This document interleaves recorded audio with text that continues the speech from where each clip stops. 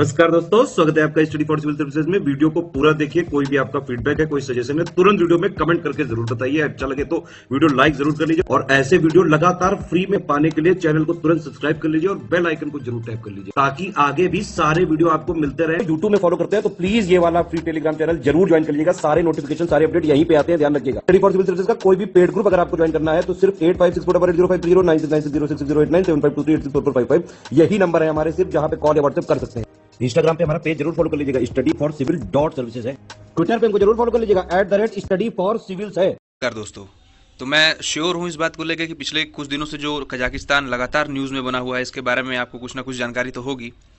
इस वीडियो में हम इस बारे में बात करेंगे कि कजाकिस्तान में रिसेंटली डेवलपमेंट क्या क्या हो रही है। वहाँ पे अचानक से सरकार गिर चुकी है, आर्म फोर्सेस ने कैप्चर कर रखा है पूरे कंट्री को, और वो आर्म फोर्सेस जो हैं कजाकिस्तान की नहीं है, वो अलायंस है, रशिया लेड अलायंस है, वो एंटर कर चुके हैं कजाकिस्तान में। लोग सड़कों पर उतर चुके हैं, गाड़ियों को जलाया जा रहा है, गवर्नमेंट ऑफिसेज को जलाया जा रहा है। सरकार एक बार गिर चुकी थी वहाँ पे, फिर वहाँ पे कॉन्स्टिट्यूशनल मशीनरी जो है उसको रिस्टोर किया गया। हालांकि डेमोक्रेसी नहीं है वहाँ पे, वन मैन रूल चलता है, लेकिन वहाँ का जो कॉन्स्टिट्यूशन है उसके हिसाब से थोड़ा बहुत तो रिस्टोरेशन हुआ है। उसके बाद वहाँ पे आगे की कार्रवाई कर रही है वहाँ की गवर्नमेंट। वहाँ की जो इकोनॉमिक हब हैं, जैसे ऑयल टैंक वगैरह, वहाँ पे अटैक किया जा रहा है। कुछ लोग ये भी बोल रहे हैं कि ये जो इंटरनेशनल अलायंसेज हैं, जैसे एक तरफ यूरोपियन यूनियन और अमेरिका और दूसरी तरफ रशिया और इसके जो एलाइज हैं चाइना वगैरह, इन सबों की कॉन्स्पिरेसी है। इन दोनों ग्रुप में से कोई एक ग्रुप यहाँ पे ये सब चीज़ें करवा रहा है। मतलब एक्सटर्नल फैक्टर्स हैं जो कि कजाकिस्तान में प्रोटेस्ट करा रहे हैं। तो इस वीडियो में हम सारे पहलुओं पे बात करेंगे और ये भी बात करेंगे जो हमारे लिए एग्जाम पर्सपेक्टिव से बहुत ज़्यादा इंपॉर्टेंट है कि इसका इम्पैक्ट इंडिया पर क्या होगा। तो आइए शुरू करते हैं इस वीडियो को। देखिए, जब हम इंडिया के रिस्पेक्ट में 1857 की क्रांति को पढ़ते हैं तो उस समय हमें दो रीज़न बताए जाते हैं 1857 की क्रांति होने का। पहला रीज़न था जो इंस्टेंट था, जिसमें इनफील्ड जो राइफल थी उसमें चर्बी लगा के और दांतों से खिंचवाया जाता था, वो एक रीज़न था। दूसरा रीज़न जो बहुत पहले से चला हुआ आ रहा था और लोगों के अंदर दबा हुआ था, वो इंतजार कर रहा था एक चिंगारी का कि एक चिंगारी लगे और वो प्रोटेस्ट तुरंत भड़क जाए। तो वही हुआ और यहाँ पे भी वही हुआ है। यहाँ की गवर्नमेंट ने एलपीजी पे प्राइस इंक्रीज़ कर दिया, और ये प्राइस ऐसा नहीं, मतलब 10%, 15%, 20% नहीं, डबल कर दिया, जस्ट डबल कर दिया, 100% प्राइस इंक्रीज़ कर दिया। तो ये इस प्राइस इंक्रीज़ ने एक चिंगारी का काम किया उस आग को भड़काने के लिए, जो लोगों के अंदर आक्रोश बन के बहुत पहले से चला हुआ आ रहा था, कई दशकों से चला हुआ आ रहा था। दूसरा एक ये भी रीज़न देखा गया कि वहाँ पे कुछ लोग जो प्रोटेस्ट में इन्वॉल्व थे, उन्होंने जो वहाँ के प्रेसिडेंट हैं उनकी मूर्ति, उनका नाम नज़रबायब नूर सुल्तान है। हालांकि अभी तो वो प्रेसिडेंट नहीं है, लेकिन मैक्सिमम पावर होल्डिंग उन्हीं के पास है इस वक्त भी। तो उनकी जो मूर्तियां वगैरह है उसको भी तोड़ते हुए नजर आए। ये है रशियन प्रेसिडेंट व्लादिमीर पुतिन और ये है कजाकिस्तान के प्रेसिडेंट नज़रबायब नूर सुल्तान। तो आगे बढ़ने से पहले मैं कुछ बेसिक जानकारी आपको कजाकिस्तान के बारे में देना चाहूँगा, जो आपके एग्जाम पर्सपेक्टिव के लिए बहुत इंपॉर्टेंट है। कैपिटल है इसका अस्ताना, और इसको नूर सुल्तान भी बोलते हैं। ये जो यहाँ के प्रेसिडेंट हैं, अभी तो नहीं है जैसे मैंने बताया अभी, लेकिन मैक्सिमम पावर होल्डिंग कैपेसिटी इन्हीं के पास है। तो इन्हीं के इज्जत में, इन्हीं के रिस्पेक्ट में इस कैपिटल का नाम रखा गया है। और पॉपुलेशन है यहाँ करीब 2 करोड़ के आसपास। यहाँ का लैंग्वेज है कजाक लैंग्वेज है और रशियन लैंग्वेज है। यहाँ पे मेजर जो रिलीजन है वो इस्लाम है और क्रिश्चियनिटी है। करेंसी यहाँ पे टेंगे है, टेंगे, ये याद रखिएगा। 1991 में इसको यूएसएसआर से आज़ादी मिली, यूएसएसआर का पार्ट था, फॉर्मर यूएसएसआर मेंबर है ये। और उसी समय नूर सुल्तान नज़रबायेव जो है इलेक्शन लड़े और वो जीत गए। और 1991 से लेके 2019 तक ये प्रेसिडेंट रहे वहाँ पे। लोगों में प्रोटेस्ट हुआ तो उसके बाद इनको पावर से हटना पड़ा, लेकिन अभी भी ज़्यादा वहाँ पे होल्डिंग पावर कैपेसिटी की इन्हीं के पास है। ये मैप है कजाकिस्तान का। इस मैप को देखना ज़रूरी है आपके लिए एग्ज़ाम पॉइंट ऑफ व्यू से, क्योंकि ये न्यूज़ में चूँकि आ चुका है तो एग्ज़ाम में क्वेश्चन पूछे जाने के चांसेस बहुत हैं। तो ये कजाकिस्तान है। इसके नेबरिंग कंट्रीज़ के बारे में अगर मैं बताऊँ तो देखिए, ये रशिया है, ये चाइना है, फिर यहाँ पे ये इंडिया से भी बॉर्डर शेयर करता है, जो पीओके पाक ऑक्युपाइड कश्मीर है वहाँ से। फिर ये अफ़गानिस्तान है, फिर ये ईरान है, ये यहाँ पे तुर्कमेनिस्तान हो गया, ये उज़्बेकिस्तान हो गया। अच्छा, ये कैस्पियन सी से भी बॉर्डर शेयर करता है। कैस्पियन सी से 6 कंट्रीज हैं टोटल जो बॉर्डर शेयर करती हैं। एक तो रशिया, एक कजाकिस्तान, एक तुर्कमेनिस्तान, एक ईरान, एक ये अज़रबैजान और एक आप मुझे बताइए जो एक और कंट्री है अज़रबैजान के और रशिया के बीच में, मैं बता देता हूँ, ये जॉर्जिया है। अच्छा, प्रोटेस्ट हुए, कुछ दिन हुए, जब पानी सर के ऊपर से जाने लगा, वहाँ कजाकिस्तान की गवर्नमेंट इस प्रोटेस्ट को कंट्रोल नहीं कर पाई, तो उन्होंने फिर अपनी जो नेबरिंग कंट्रीज है उनसे हेल्प मांगी। तो फिर रसिया ले एक अलायंस है, CSTO बोलते हैं, कलेक्टिव सिक्योरिटी ट्रीटी ऑर्गेनाइजेशन। ये एक मिलिट्री ऑर्गेनाइजेशन है, इंटर गवर्नमेंटल मिलिट्री ऑर्गेनाइजेशन। इसके बारे में अगर आपको थोड़ा सा डिटेल दूं तो ये मॉस्को में बेस्ड इसका हेडक्वार्टर, और 6 मेंबर हैं इसमें टोटल। अब वो 6 मेंबर ये जो फॉर्मर USSR मेंबर थे उन्हीं में से लेके इन मेंबर्स को एक inter governmental military alliance develop किया गया है। यानी इन सभी की मिलिट्री आपस में मिलकर कोऑर्डिनेट करके साथ में रहेगी, और जब भी कोई कंट्री जहाँ पे पीस, सिक्योरिटी वगैरह और इंटरनल मैटर्स की वजह से वहाँ पे अनस्टेबिलिटी आती है तो उसको स्टेबल करने के लिए ये काम करेगी। जैसे UN का पीस कीपिंग मिशन जो होता है अलग अलग कंट्रीज़ में चलता है, तो आप ये समझिए कि ये CSTO भी वैसा ही है। इसको एशिया का नाटो भी बोलते हैं। ये जो मेनली रशियन अलायंस है CSTO, इसको यहाँ पे भेजने का एक और बड़ा रीज़न था रशिया का, वो ये था कि रशिया काफ़ी ह्यूज इन्वेस्टमेंट है कजाकिस्तान में। जैसे वहाँ पे रशियन स्पेस स्टेशन है कजाकिस्तान में, रशियन मिलिट्री बेसेस हैं कजाकिस्तान में।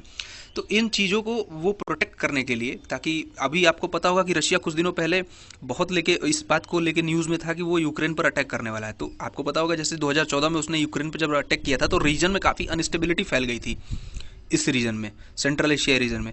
तो ऐसी अनस्टेबिलिटी फिर से ना फैल जाए, वो और बड़े लेवल पे ना हो जाए, इसलिए रीजन में और बाकी जगह पे स्टेबिलिटी होना और पीस रहना बहुत ज़रूरी था। इसलिए रशिया ने इसमें थोड़ा सा इंटरेस्ट दिखाया हुआ है, और करीब 25,000 सैनिक रशियन लेड अलायंस के, ये जो CSTO मेंबर्स कंट्रीज़ के 25,000 सैनिक मिला के कुल कजाकिस्तान के लैंड पे इसने उतारे हुए हैं, जो वहाँ पे अभी सिचुएशन को संभाले हुए हैं। एक बात मैं और बताना चाहूँगा, यहाँ पे बहुत से काउंटर एलिगेशन और आरोप प्रत्यारोप लग रहे हैं। जैसे वेस्टर्न अलायंस है जो अमेरिका और यूरोपियन यूनियन कंट्रीज़ है, वो ये बोल रहे हैं कि ये सब जितना किया धरा है, ये जो आप कजाकिस्तान की हालत है इस समय, ये सब रशिया का किया हुआ है। क्योंकि आपको पता होगा रशिया कुछ दिनों पहले यूक्रेन पे यूक्रेन को लेकर बहुत न्यूज़ में था, और सारे लोगों की निगाह बनी हुई थी कि रशिया आज नहीं तो कल यूक्रेन पे फिर से हमला करने वाला है और कुछ पार्ट और हथिया लेगा यूक्रेन का। तो रशिया इन चीज़ों को डाइवर्ट करने के लिए, लोगों का जो ध्यान है उसको डाइवर्ट करने के लिए इसने कजाकिस्तान में ये सब सिचुएशन क्रिएट कराई है। वहीं पर रशियन गवर्नमेंट का ये मानना है कि जो वेस्टर्न लेड अलायंस है वो नहीं चाहता कि सेंट्रल एशियन कंट्रीज़ में स्टेबिलिटी रहे, पीस रहे। क्योंकि आपको पता होगा रशिया का एक बहुत पुराना सपना रहा है कि ये फिर से USSR को एक साथ जोड़ दे, और सारी जो फॉर्मर USSR कंट्रीज़ हैं ये रशिया में आके एक बार फिर से मिल जाएँ, और ये फिर से बहुत बड़ी इकॉनमी क्रिएट हो जाए। क्योंकि आपको पता है रशिया की इकॉनमी भी बहुत अच्छी हालत में नहीं है। लगातार यहाँ पे क्रूड ऑयल प्राइजेस के रेट वगैरह को लेके ये न्यूज़ में रहता है। अभी कुछ दिनों पहले मैंने आपको एक वीडियो में बताया था इस बारे में कि इंडिया, USA, चाइना ने मिलकर एक अलायंस बनाया हुआ है अगेंस्ट रशिया, सऊदी अरेबिया, जो भी ऑयल प्रोड्यूसिंग कंट्रीज़ हैं उनके खिलाफ, क्योंकि वो लगातार ऑयल का प्राइस इंक्रीज़ करते जा रहे थे। और यहाँ पे ये जो इंडिया लेड अलायंस है, इन्होंने डिसाइड किया था कि ये जो इनका स्ट्रेटेजिक रिजर्व है पेट्रोलियम का, इसको ये खोल देंगे, जिससे कुछ दिनों के लिए मार्केट में स्टेबिलिटी आएगी अगर हम जो ऑयल प्रोड्यूसिंग कंट्रीज़ हैं उनसे ऑयल परचेज़ नहीं करेंगे तो इन सब चीज़ों के वजह से रशिया एलिगेट कर रहा है वेस्टर्न अलायंस को कि ये रीजन में स्टेबिलिटी को भंग कर रहे हैं। तो ये एलिगेशन है, काउंटर एलिगेशन है। हालांकि इससे हमें ज़्यादा मतलब है नहीं, हमें इंडियन पर्सपेक्टिव से इस मैटर को देखना है, और हम इस बारे में बात करेंगे कि इंडिया के लिए कजाकिस्तान क्यों इम्पोर्टेंट है। देखिए, कजाकिस्तान में बहुत बड़ा यूरेनियम का भंडार है। मैं आपको बताऊं कि तो इंडिया का 80% यूरेनियम एक्सपोर्ट जो है वो कजाकिस्तान से होता है। 3% ऑफ ग्लोबल ऑयल रिजर्व भी पाया जाता है कजाकिस्तान में। अच्छा, एक क्वेश्चन आपके दिमाग में आ रहा होगा कि जब ऑयल रिजर्व इतना है, नेचुरल गैस की कैपेसिटी इसके पास इतनी है, तो फिर यहाँ पे प्रोटेस्ट क्यों हुए प्राइस को लेके। देखिए, है एक लैंडलॉक कंट्री, ठीक है, और इकॉनमी भी उसकी बहुत अच्छी रही नहीं है। अब मैं बताऊं कि ज़रूरी नहीं कि जिस कंट्री के पास ऑयल रिजर्व हो, नेचुरल गैस रिजर्व हो, वो बहुत अमीर हो, सऊदी अरेबिया वगैरह की तरह। क्यों? क्योंकि उसका रीज़न है। देखिए, ऑयल गैस निकालने के लिए बहुत बड़ा इन्वेस्टमेंट चाहिए होता है, बहुत ह्यूज मशीनरी चाहिए होती है, एक पूरा का पूरा कैपिटल इंफ्रास्ट्रक्चर चाहिए होता है उसके लिए, और ये सारी कंट्रीज़ के पास नहीं होता। वेनेजुएला की भी यही हालत है, वहाँ भी ऑयल के भंडार दुनिया में सबसे ज़्यादा है, लेकिन उनके पास कैपेसिटी नहीं है ताकि वो उसको निकाल सके। तो इसकी वजह से उनकी इकॉनमी डमाडोल रहती है। वही कंडीशन कजाकिस्तान की भी है, और वहाँ पे जैसे ही प्राइस को इंक्रीज़ किया गया तुरंत ये प्रोटेस्ट भड़क गया। दूसरा रीज़न है कि चाइना को भी काउंटर करने के लिए, जो सबसे बड़ा रीज़न रहता है इंडिया के फॉरेन पॉलिसी में आज के समय में, पिछले 3-4 सालों में, one belt one road initiative जो है चाइना को, उसको काउंटर करने के लिए हमने प्रपोज किया था नॉर्थ साउथ ट्रांसपोर्ट कॉरिडोर बनाने के लिए। नॉर्थ साउथ कॉरिडोर के बारे में मैं अभी आगे आपसे डिस्कस करूंगा। नेक्स्ट पॉइंट देखते हैं। इंडिया का लार्जेस्ट ट्रेडिंग पार्टनर है सेंट्रल एशिया में कजाकिस्तान। आपको पता है सेंट्रल एशियन कंट्रीज़ में 5 कंट्रीज़ आती हैं, कजाकिस्तान, उज्बेकिस्तान, तुर्कमेनिस्तान, तजिकिस्तान और किर्गिस्तान। तो इन सभी में सबसे बड़ा ट्रेडिंग पार्टनर इंडिया का सेंट्रल एशिया में कजाकिस्तान है। फिर ये एक बहुत बड़ा सपोर्टर है इंडिया का NSG मेंबरशिप के लिए। मतलब इंडिया, आपको पता है, कई सालों से ट्राई कर रहा है कि न्यूक्लियर सप्लायर ग्रुप में उसको एंट्री मिल जाए, और कई कंट्रीज़ हैं जो नहीं चाहती कि इंडिया को NSG की मेंबरशिप मिले, लेकिन ये कजाकिस्तान सपोर्ट करता है इंडिया की membership in nuclear supplier group. एक रीज़न ये भी है कि कजाकिस्तान SCO और UN दोनों में मेंबरशिप रखता है। तो SCO आपको पता है संघाई कॉरपोरेशन ऑर्गेनाइजेशन, ये चाइना लेड एक इंटरनेशनल ऑर्गेनाइजेशन है, जिसमें अब देखिए इन सब ऑर्गेनाइजेशन में ऐसे कंट्रीज़ का साथ होना जो कि इंडिया की फॉरेन पॉलिसी को सपोर्ट करते हैं बहुत इंपॉर्टेंट हो जाता है इंडिया के लिए। कल को अगर वोटिंग वगैरह होती है या किसी चीज़ पे कोई रेजोल्यूशन पास करना होता है तो उसमें इंडिया को सपोर्ट करने के लिए ऐसी कंट्रीज़ का होना बहुत इंपॉर्टेंट है, जो कि इंडिया की फॉरेन पॉलिसी डेवलप कराने के लिए हेल्पफुल हो इंटरनेशनल लेवल पर। तो ये रीज़न है। अभी मैं बता रहा था आपको नॉर्थ साउथ ट्रांसपोर्ट कॉरिडोर के बारे में। तो देखिए, ये कॉरिडोर है जो इंडिया को रशिया से कनेक्ट करता है सेंट्रल एशियन कंट्रीज़ से होते हुए। मतलब इंडिया से फिर सेंट्रल एशियन कंट्रीज़ और फिर उसके बाद रशिया अल्टीमेट डेस्टिनेशन है इस कॉरिडोर का। ये मल्टी मॉडल नेटवर्क है, रोड का, शिप का, रेलवे का। मतलब ये एक ऐसा ट्रांसपोर्टेशन सिस्टम है जिसमें रोड भी होगा, शिप भी होगी और रेलवे भी होगा। इसको 2002 में साइन किया गया था। इस पर डेवलपमेंट हो रही है, कंप्लीट हुआ नहीं है। और इसमें 13 मेंबर हैं टोटल इन्वॉल्व है इस प्रोजेक्ट में। मैं आपको मैप के थ्रू इस को समझाना चाहूँगा। देखिए, नॉर्मली होता क्या कि अगर इंडिया को रशिया को कनेक्ट करना है, रशिया से मान लीजिए कोई इंपोर्ट एक्सपोर्ट कर रहा है इंडिया और उसको कनेक्ट करना है, वहाँ सामान वगैरह ले आना है, तो नॉर्मली हम स्वेज कैनाल वाला रूट अपनाते थे कन्वेंशनली, अभी भी अपनाते हैं। जैसे यहाँ से इंडिया के पोर्ट से निकला, यहाँ स्वेज कैनाल से होते हुए, मेडिटेरेनियन सी से होते हुए, नॉर्थ सी से होते हुए, फिर यहाँ बाल्टिक सी से होते हुए, फिर रसिया के सेंट पीटर्सबर्ग को हम कनेक्ट करते थे। तो ये काफ़ी लंबा रूट हो जाता था, टाइम कंज्यूमिंग हो जाता था, बहुत ही एक्सपेंसिव होता था। तो इसका अल्टरनेटिव हमने निकाला international north south transport corridor. अब इससे क्या होगा, ये हम ऐसा ट्रांसपोर्टेशन सिस्टम डेवलप करेंगे जो कनेक्ट कर देगा सीधे इंडिया को सेंट पीटर्सबर्ग से, ईरान से होते हुए, अजरबैजान वगैरह से होते हुए। अब इसमें यहाँ से पहले सी रूट होगा, फिर उसके बाद रेलवे कुछ नेटवर्क होंगे, फिर सी रूट होगा, फिर ट्रांसपोर्टेशन होगा, हाईवे वगैरह होंगे।